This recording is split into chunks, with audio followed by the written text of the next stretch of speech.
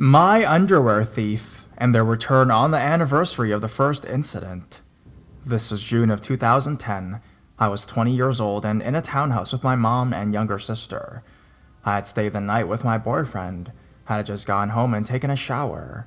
I went into my room to grab some undies from a basket of clean laundry that I folded personally and brought up to my room myself the day before. That's when I noticed the underwear I grabbed had the crotch cut out. I thought it was weird at the moment, but figured they caught on something in the dryer until the next pair was cut too, and the next. All in all, there were 5 pairs with the crotch cut out. I ran downstairs and showed my mom. She was freaked out too, but we were hoping to find a reasonable explanation for this. We looked in the washer, dryer, and laundry basket for the missing pieces of underwear and found nothing, so we decided to file a police report. The cop came, looked at my cut-up underwear, and bagged up a pair to take back to wherever evidence is taken to. He also mentioned it looked like the crotches were torn out with a pocket knife maybe, beside the way the fabric was ripped. He did a quick look around the house, looking for any signs of forced entry or whatever, and that's when we realized the kitchen window wasn't locked and the screen was half popped off. Obviously, he said to keep doors and windows locked and suggested changing locks just in case. But since we couldn't come up with anybody who we suspected, since I hadn't noticed any friggin' stalkers, he just took the report and the bagged underwear, and that was that. Until the next June, I came home one afternoon after staying with the same boyfriend, and I think I'd been home a couple hours before going into my underwear drawer and noticing one pair on top, with the crotch cut out the exact same way as the last year. It was a pair I know I bought after the first incident, and I'd thrown away all the cut pairs from before. Didn't want the reminder. I flipped and called for a cop to come out again. The cop didn't seem to care at all though, did a bullshit walk around the house, took my report, and that was it. I moved out 2 months later. I was not about to live there the next June. We lived in a good neighborhood, but I felt watched or something, because how did they always know when I wouldn't be in my room? My mom and I suspect her former co-worker's creepy as fuck husband, but never had any proof. I only remember my underwear thief like twice a year because it was very unsettling, knowing the crotches of my underwear are in some creep's possession, probably to this day. But Let's Not Me reminded me, and I thought it was fitting. Hope it belongs here. I'm new, so still figuring things out.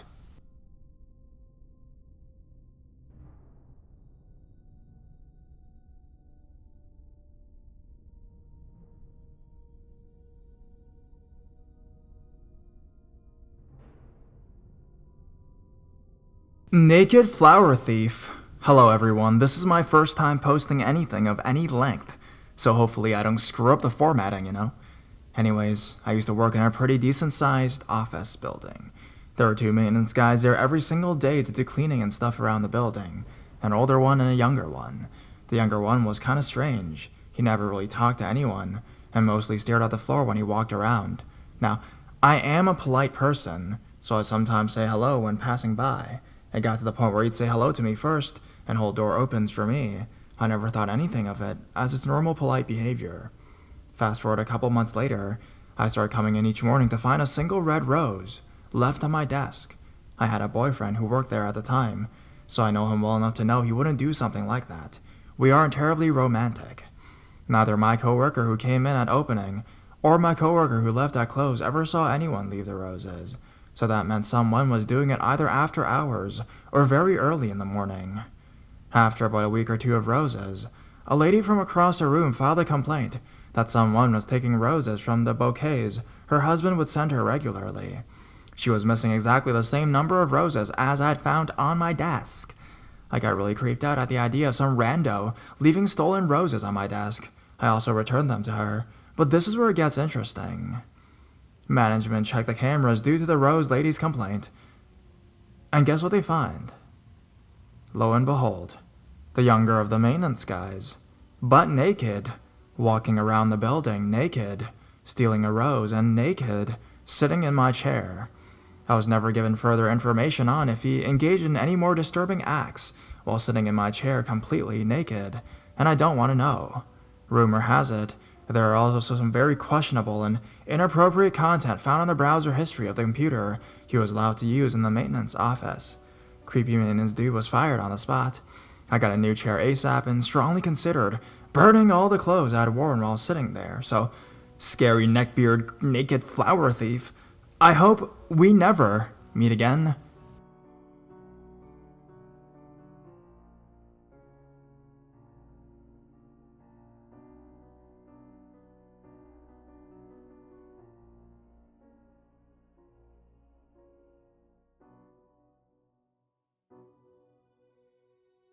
Russian organ thief. I shall preface the following story with some relevant information. Some countries have an uncommon yet terrifying kidnapping problem, but instead of asking for a ransom, the perpetrators murder their victims and harvest them for their organs in order to sell them on the black market. The buyers are typically wealthy, sickly people who would otherwise be unable to find donors.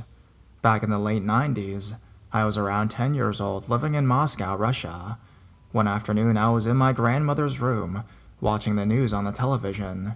It's not so much that I watched the news to stay informed, it's that there really was nothing else to watch, save for the awful Soviet-era shows.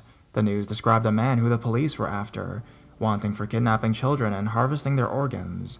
A composite sketch was shown. I grew bored, so I telephoned my friend to go outside and play, and we did. As the sun was beginning to set, we were walking home.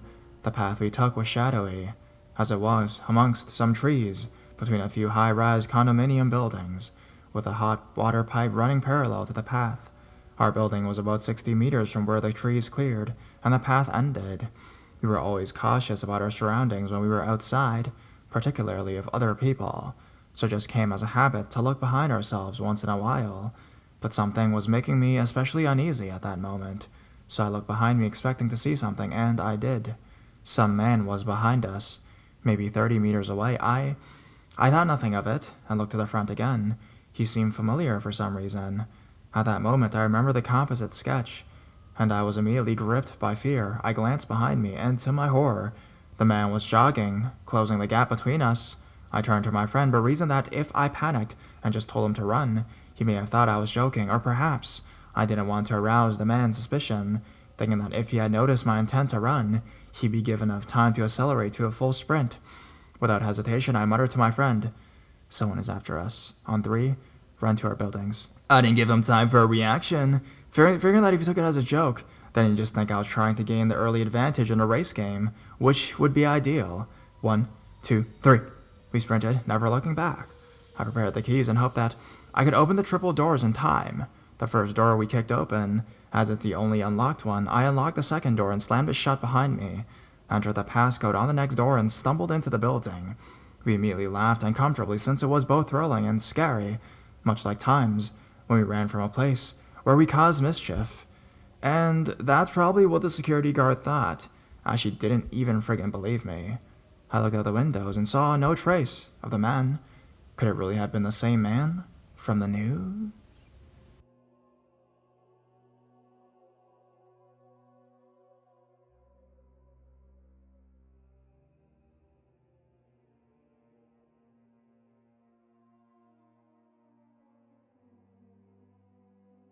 The day I was almost abducted by a car thief.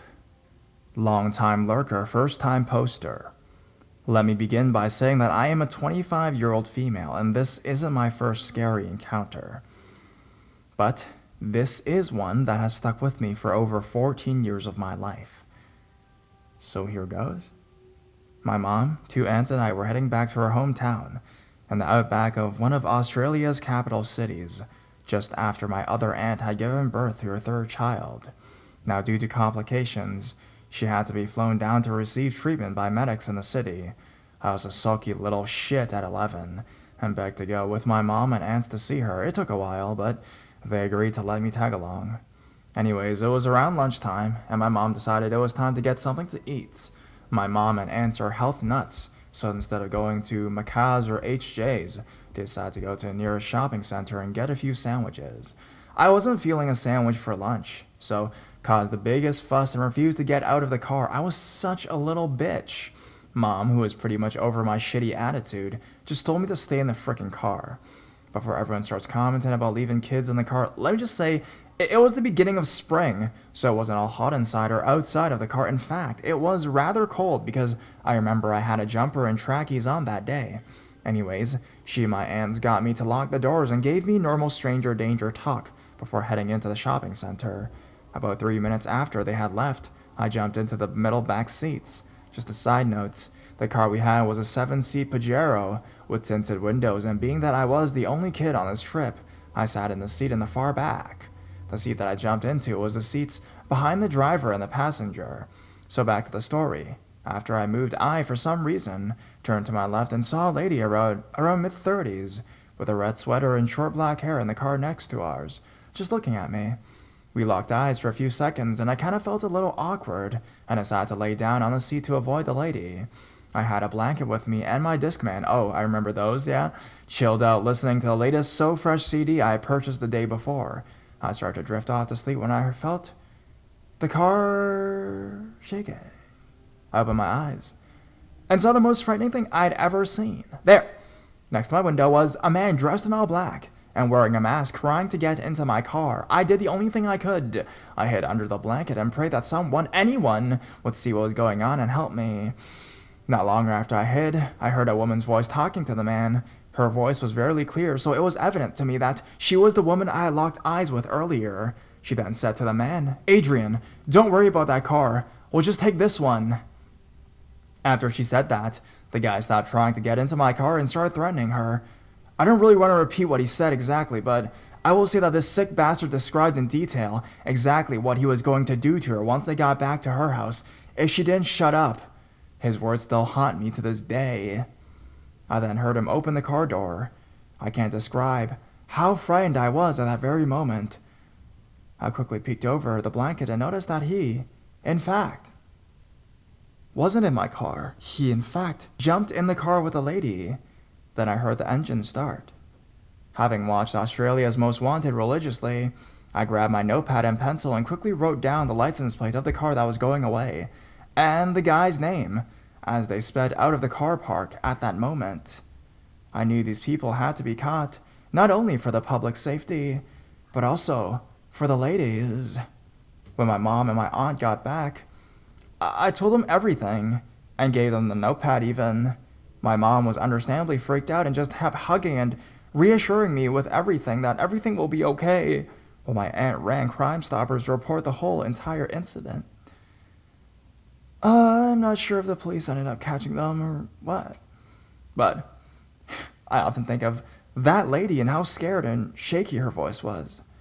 I truly believe that she saved my life that day, and for that I am forever grateful. I just hope I was able to return that favor.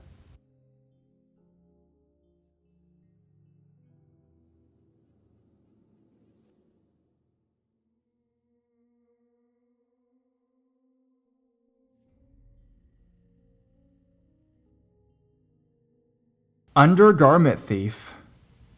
So I did this on my mobile phone. There's a format warning, okay, guys? My best friend and I met as potluck roommates at Texas Women's University in the year 2009. Eventually, we had a few different apartments off campus, but the second one we moved into had us scrambling to leave. We picked a small complex within walking distance to campus because the rent was cheap and we wouldn't have to pay for parking permits since we would be able to walk to class. Win-win, right? Late in the summertime, we moved in. My roommate, Jay, had taken my dachshund, Luke Skyweenie, out for a potty break around 7. It was still bright outside and about 10 degrees hotter than hell. She sat down to let him run around in the grass for a bit, when she noticed his haunches raised. Jay turned to see what he was looking at, and saw a man, dressed in black, standing in the holly bushes. Head to toe black, and southern heat don't mix. Holly bushes and people don't mix. Something was off. We were both boot-wearing, beef-eating, gun-wielding typical Texans. I should add she's also 6 foot and not easily spooked. She walked up to him, got in his face, and announced that he scared the dog. He tripped over the bushes and took off running.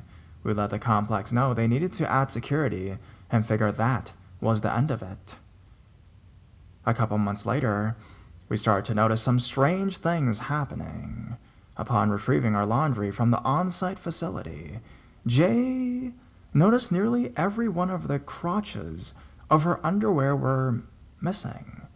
Mine were entirely intact, and we decided something must have malfunctioned in the washing machine. This was the beginning of a rapid decline in wearable undergarment for her. A week or so later, she pulled several pairs out of her drawers that had been laundered and folded and were also missing the crotches area. Perfectly cut triangles that were cut out of that specific area.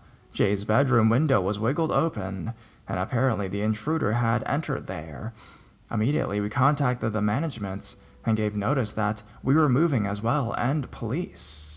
Nothing could be done unless we saw who did it, right? We mentioned the weirdo in the bushes, but didn't have a name, so little could be done about that whole situation. A few days after that, I had taken off work to pack up so we could get the hell out of there when I heard a loud bang on her window.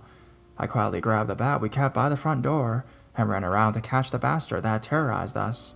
A group of moving men saw me running and asked if I was after the guy who took off. No shit. Thanks, y'all. Long story short, they never caught him. The office manager said she had a feeling it was a tenant's son who was living there illegally. She passed him off as a caretaker, so they couldn't evict him. So, creep with the underwear fetish. Let's not meet again.